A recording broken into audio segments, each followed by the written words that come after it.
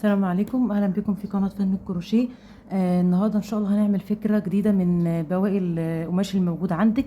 لو انت عندك مثلا بنطلون جينز قديم، يعني فكره زي كده، الفكره اللي هي الشنطه، الباج الصغيره دي اللي بتحطي فيها الفضيه والفلوس بتاعتك في الشنطه. حبيت ان انا اعمل معاكم الفكره دي. هي فكره طريقتها سهله جدا وتتعمل من بواقي لو عندك قماش قديم، عندك بنطلون جينز قديم وحابه تعملي له اعاده تدوير، هتعملي الفكره دي جميله قوي.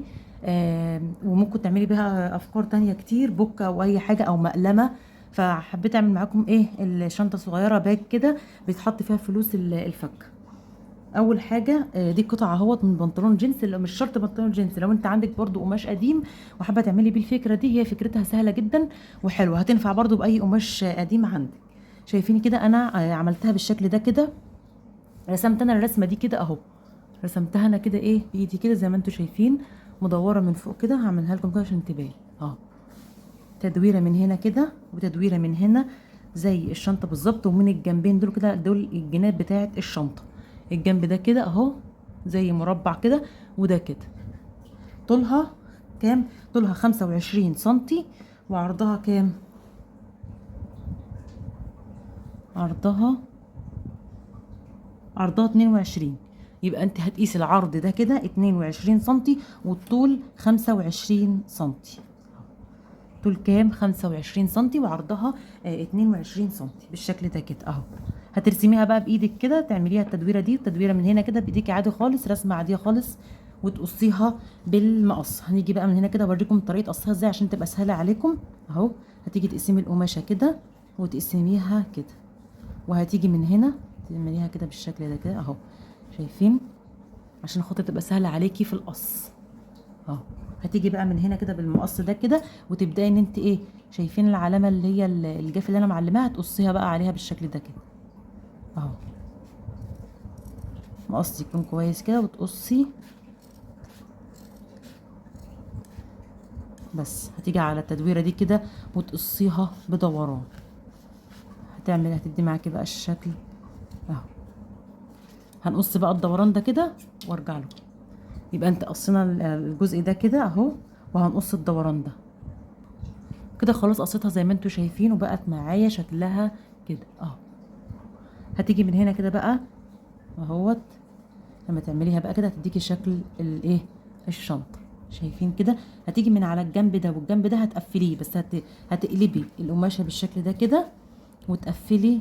لو عندك مكنه او بالخيط والابره عادي خالص، سهله جدا. هتيجي من هنا كده وتقفلي ايه، زي نظام بقى اللي هو ايه، بابره فتله صغيره كده، نظام اكنك ماشيه عليها كده ايه، يعني بتطلعي بالابره من فوق كده عشان خاطر تديكي شكل كويس، وترفعي الغرز خالص في الخياطه لو انت مش هتعمليها على مكنه اهو. هتعمليها من الجنب ده والجنب ده كده، شايفين؟ وهتيجي بقى من عند الجزء ده كده هتتنيه زي ما انت شايف، زي ما انا بوريكم كده، وهتخيطي الجزء ده عشان خاطر توقف معاكي الشنطه اهو. والجنب التاني برضو بالشكل ده كده. هقفل بقى ده كده واوريكم تقفيلها بقى شكله ازاي. شايفين بقى كده؟ خلاص قفلتها زي ما انتوا شايفين كده اهو. بص بقى متقفله ازاي. قفلت الجنب ده وده، وخدت من هنا كده خط.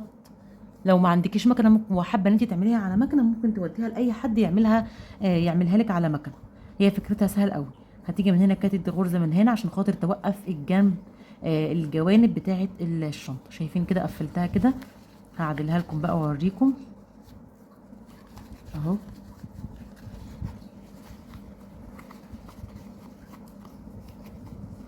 بس كده شايفين اهو. كده خلاص، احنا كده الجناب بتاعه الشنطه بقت مظبوطه. جيت انا من هنا كده عشان خاطر الحرف بتاع الشنطه ما يبقاش باين، تنيت الجزء ده كده وخيطته. لو انت خيطتيها بغرز رفيعه خالص مش هتبان معاكي، بالابره كده مش هتبان برضه اهو.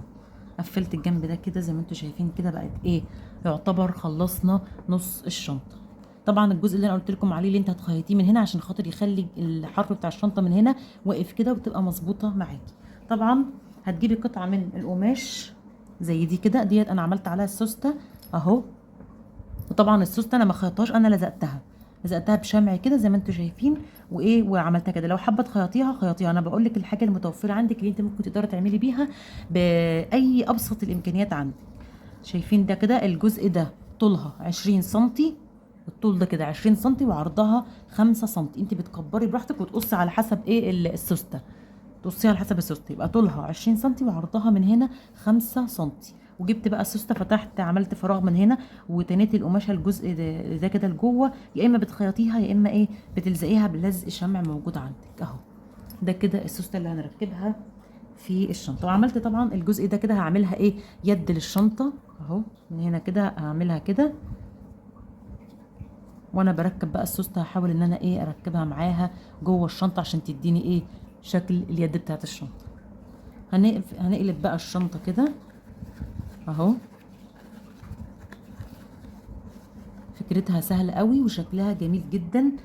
هتيجي بقى من هنا هتخلي السوسته حتى لبره كده وتقصيها براحتك. انا ما حبيتش ان انا اصغرها من الاول عشان ممكن اصغرها وبعد كده ارجع تاني ايه اتضايق ان انا خليتها صغيره. انت لما تزودي الحاجه احسن اهو. هتلف بقى كده على الشنطه بالشكل ده كده اهو، وتبداي ان انت ايه تخيطي الجزء ده كده من هنا. بس تظبطي الاول وتجيبي دبابيس تقفلي الجزء ده وتقفلي الجزء ده وتظبطيها بالظبط، وتبداي بقى ان انت تخيطيها بايدك برضو عادي خالص. ممكن تخيطيها من غير اي مكنه خالص، وهتخيطيها بغرز رفيعه لو انت بتعرفي تخيطي غرز رفيعه اهو. وتيجي من هنا كده زي ما انت شايفه اهو. هنقفل بقى الجزء ده كده اهو، شايفين؟ ونقفل الجنب من هنا والجنب التاني برضو، ونقفل بقى ايه الشكل ده كده من فوق كده. انا هقفلها بقى وارجع اوريكم الشكل النهائي. دي طبعا ما تنسيهاش، هتيجي من هنا وانت بتقفلي السوست. اول حاجه هتعمليها هتجيبي الجزء ده كده اللي احنا عاملينها اليد بتاعت الشنطه، تعمليها كده، هتجيبيها كده تحطي واحده هنا والجزء التاني هنا وعليها الجزء بتاع السوسته وتخيطي. بس طبعا بتخليها لجوه، يعني بتخلي دي كده لجوه عشان لما تقلبي الشنطه تبقى الشغل معاكي لجوه اهو. هتحطي دي كده والسوسته عليها كده، السوسته هتبقى كده وتخيطي عشان بعد كده هنقلب الشنطه معانا فتبقى مظبوطه. بس كده هكمل بقى الشكل ده كده وارجع اوريكم شكلها النهائي. كده خلاص زي ما انتم شايفين كده قفلت البوك بقى معايا بالشكل ده كده اهو. قفلت بقى الجناب وعملت الجزء ده كده زي ما انتم شايفين. ديت جزء برضو من الجينز، وبتعمليها بالشكل ده كده وبتقفليها عشان خاطر تبقى ايه شكلها معاكي كده. والجزء ده كان موجود عندي وانا لزقتها كده، ممكن تخيطيها. انا لزقتها بالشمع كده، وده كده شكلها النهائي. طبعا السوسته برضو سهله في القفل والفتح وسهله جدا اهو. ده كده الشكل النهائي. يا رب الفيديو يكون عجبكم وتكون استفدتم. اهم حاجه بقى ما تنسوش تعملوا لايك للفيديو وتقولوا رايكم في البوك الجميل ده. شايفين شكله جميل جدا اهو. اي حاجه عندك بقى حابه تزيني بيها هتزيني بيها، تدي شكل بس حلو كده للحاجه. طبعا قفلت زي ما انتم شايفين، وبتقفلي الاول وبعدين تقلبيها على بتقفلي لجوه وبعدين تقلبي بقى عشان يظبط معاكي ويبقى معاكي بالشكل ده كده. ده كده الشكل النهائي. يا رب الفيديو يكون عجبكم. ما تنسوش بقى لايك واشتراك في القناه. سلام عليكم.